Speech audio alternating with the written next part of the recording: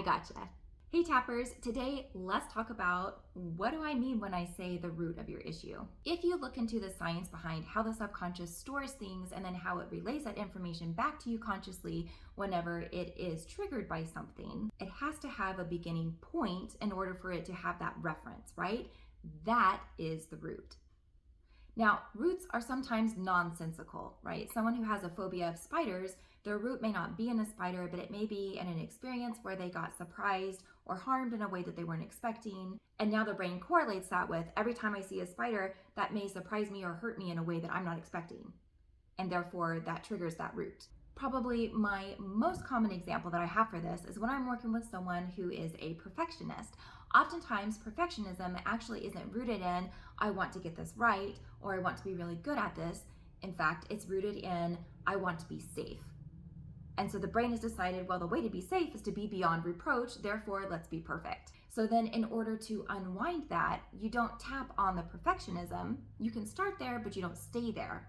Instead, you want to tap on the being safe and being able to be safe even while you're trying, even while you're learning, even if you make a mistake, even if you believe something that someone else says is wrong. All of the things that make perfectionism seem safe and anything less than perfect seem dangerous.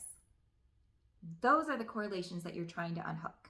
And that's why when you tap on something like arachnophobia and you only focus on the spiders, it may get a little bit better, but it's not really going to go away if that isn't the actual root of the problem. So then how do you discover the root? That's a complicated question and oftentimes has very individualized answers. But a way to start to discover it on your own is to just ask why. Why is this triggering me? In what way am I responding to this? When I see this spider, do I feel anger? Well, why am I angry about a spider? I'm angry because this is inconvenient, because now this is being put on me. I wasn't expecting this to happen, and now I have to change what I'm doing in order to accommodate this experience.